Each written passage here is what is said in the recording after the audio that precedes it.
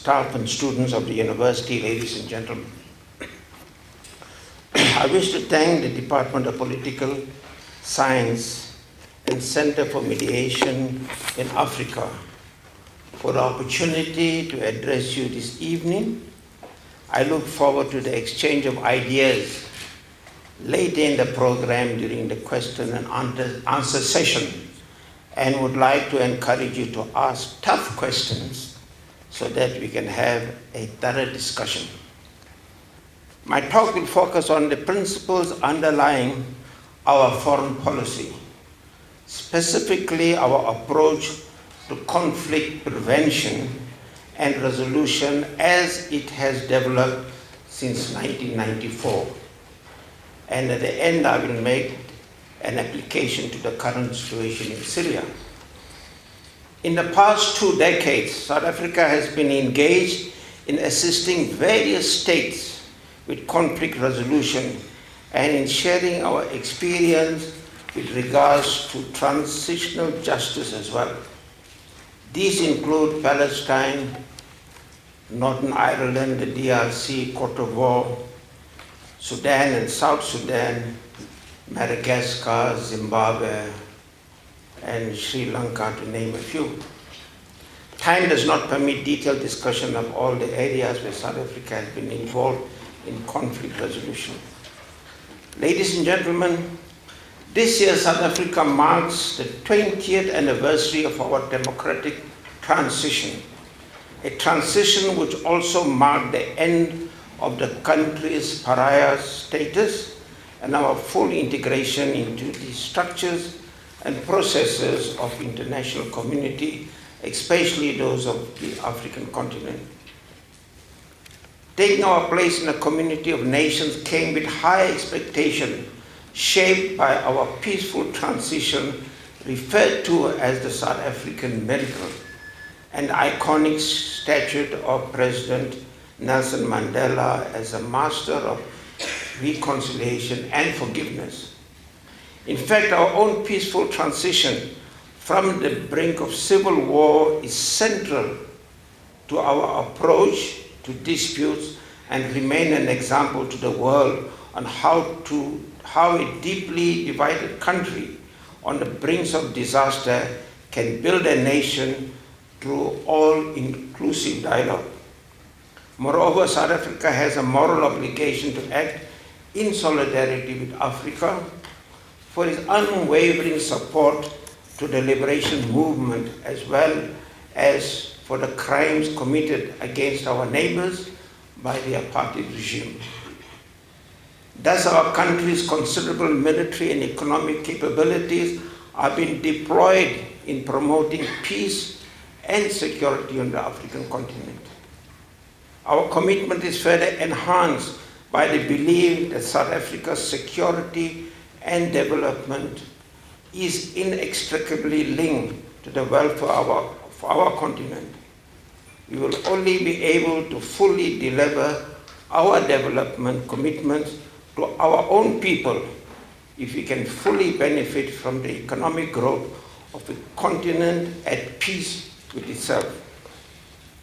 It is this belief in the central importance of the African continent, of our foreign policy, that also guided our engagement in the continent to support development and peace initiatives. We played an active role in reshaping the African Organization of African Union into the Organization of African Unity into the African Union, specifically with the aim of strengthening Africa's ability to address conflicts on the continent. Since its inception in 2002, the African Union has established and consolidated a comprehensive peace and security architecture. The architecture is based on a paradigm that recognizes preventive diplomacy as central to eradicating conflicts on our continent.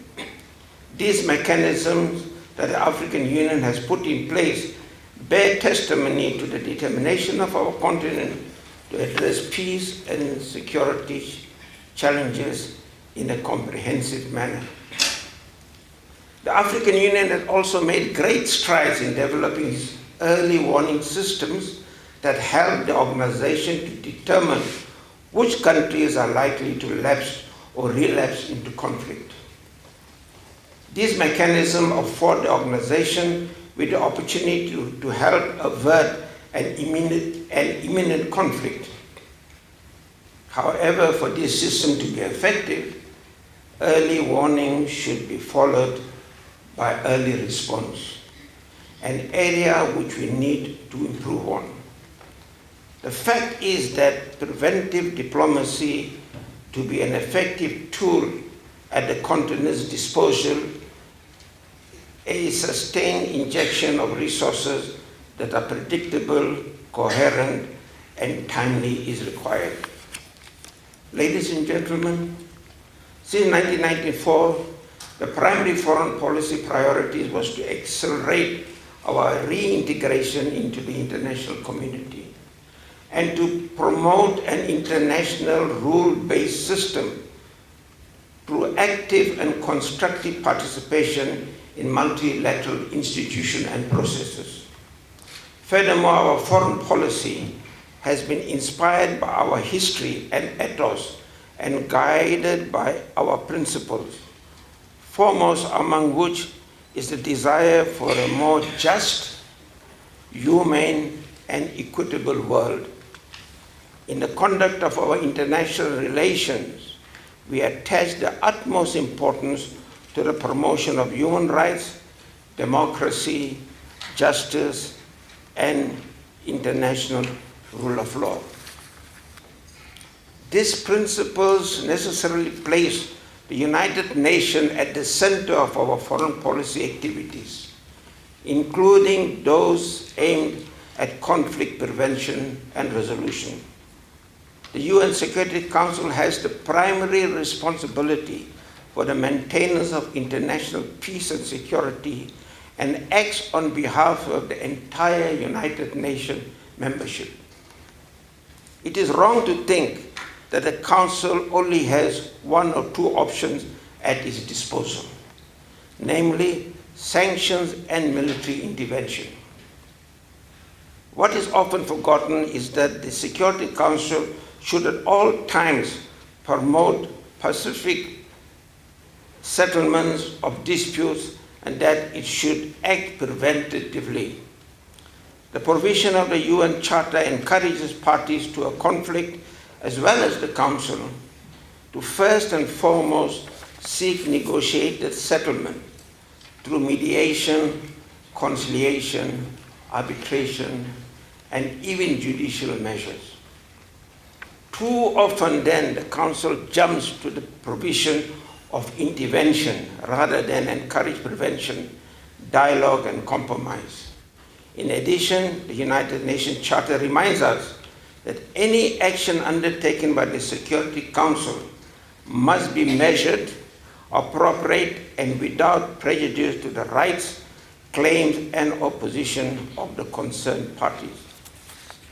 Ladies and gentlemen, with this principle in mind, I now turn to the disastrous situation in Syria. We will all agree that the humanitarian crisis brought on by that civil war is a huge human tragedy. After 2 rounds of UN-sponsored negotiations, peace remains elusive. Over nearly 3 years of violence, the conflict has increasingly become sectarian, with increased jihadist activities and extrajudicial killings, as well as atrocities perpetrated by all sides. The use of chemical weapons, barrel bombs, allegation of food and water being used as weapons of war, war crimes and crimes against humanity are alarming and lead to despondency over the possibilities of achieving a negotiated solution. In addition, the large number of internally displaced people and refugees fleeing into neighboring countries has a destabilizing impact on the entire region, with Syria's neighbors being drawn into the sectarian violence.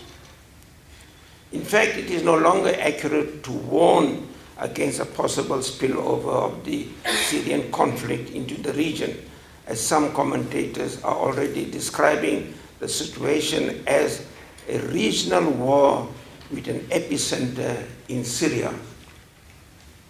Only hope for the Syrian people lies in the willingness of the parties to the conflict to immediately put an end to the violence and to engage each other constructively in dialogue, with the aim of reaching an agreement on the political transition based on the Geneva Communique of June 2012.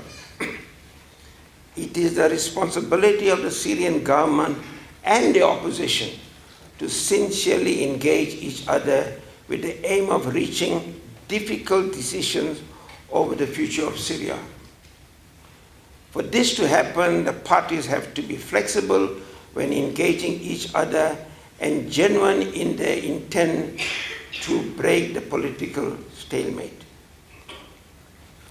Democracy is an unassailable right of the Syrian people, but it cannot be achieved by military means. In the end, the parties must negotiate with each other, and this requires great courage and strength of will. After all, it is easier to start a war than to end it. However, continued delay in starting substantive discussion on a transitional government body and future institution has a heavy price paid in the blood of innocent civilians. There's also a real possibility that a continued deadlock perpetuated by intransigence by all the parties in the UN-sponsored negotiation could revive the idea that some form of outside military intervention is necessary to bring about an end to the fighting through the removal of the Syrian regime. Such an action will be catastrophic.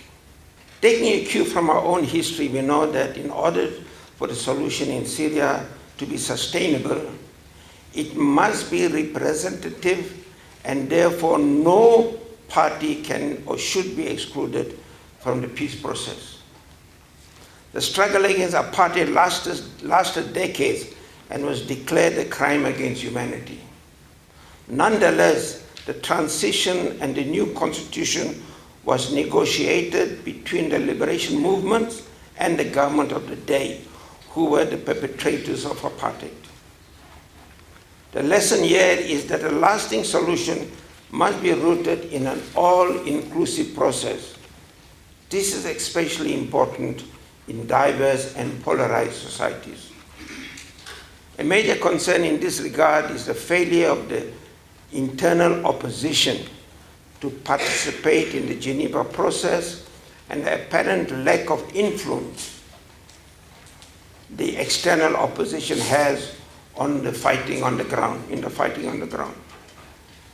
This is a significant flaw in the process which can and must be corrected. Failure to do so is likely to make it impossible to implement any decision that is eventually reached in Geneva, including confidence-building measures such as ceasefires and the safe movement of humanitarian workers. It is critical for the mediator to assist the parties to build trust and confidence, but the parties must also understand that they need to work at building trust. In South Africa, the various adversaries understood that trust was the most critical aspect for the talks to succeed, and they thus had to learn to trust each other as negotiators. If trust is not the basis of the talks, no agreement will be reached, neither will it be sustainable. Another lesson from our own transition that is applicable to Syria is that discouraging development should not be the end of negotiation nor of hope. If the parties are truly committed to achieving political settlement, they should continue to work towards finding a way out of the current deadlock. However, it would appear that the various sides in Syria still hold out hope for a military solution to the conflict, which implies that they are not fully committed to the establishment of a transitional government leading to new dispensation in Syria. In our own negotiation process, all the parties took ownership of the process, and as a result, they also took ownership of the outcome. Today, no one can turn around and say that end result of the many years of talks, namely the South African Constitution, is not mine. All South Africans, regardless of where they find themselves on the political spectrum, know the solution reached is homegrown and therefore ours. Ladies and gentlemen, the Syrian process therefore must be Syrian-led and Syrian-owned. United Nations, the League of Arab States, and the rest of the international community can assist the parties and encourage them, but ultimately the future of Syria needs to be determined by the people of Syria and those parties that represent them. This does not imply that the international community does not have a role to fulfill in support of the peace process. No, in fact, a long-established rule of mediation and negotiated settlement is that the parties need to see tangible support for the mediator from the international community, and in this case, specifically from the UN Security Council. South Africa has consistently called for and supported the United Nations-led mediation process as is been undertaken by Mr. Lakhdar Brahimi. We did not see any value added to the process by alternative international processes such as the Friends of Syria grouping or the alternative conference called by Iran. Furthermore, the supply of weapons to either side is at cross purpose to that of the mediation efforts and creates a false impression that a military solution can be achieved. It is essential that the political process is supported by a united and cohesive international community. The primary organ responsible for supporting the process, namely the Security Council, unfortunately has a dismal record on Syria. In our view, the Security Council's failure to constantly support the mediation process, mainly because of the narrow self-interest of some countries, has perpetuated the conflict and ultimately affected the legitimacy of the Council. The international community and the external sponsors of the parties have a particular responsibility in supporting the mediation efforts of the Joint Special Representative, Mr. Lakhdar Brahimi, and to make a negotiated settlement more attractive than a military one. Remember that it took 18 months for the parties to start negotiation after the adoption of Geneva Communique in 2012. And this was only achieved when the United States and Russian Federation agreed to push various sides towards the negotiation table. Excuse me, sorry.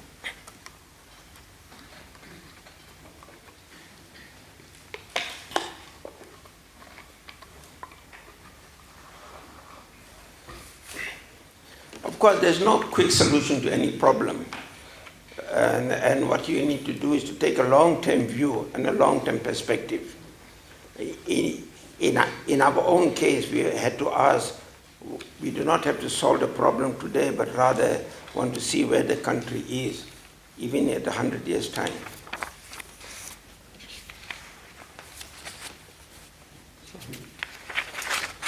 Ladies and gentlemen, in spite of these negative elements, there are some positive developments in Syria, such as the continued ceasefire in Homs and the evacuation of vulnerable groups.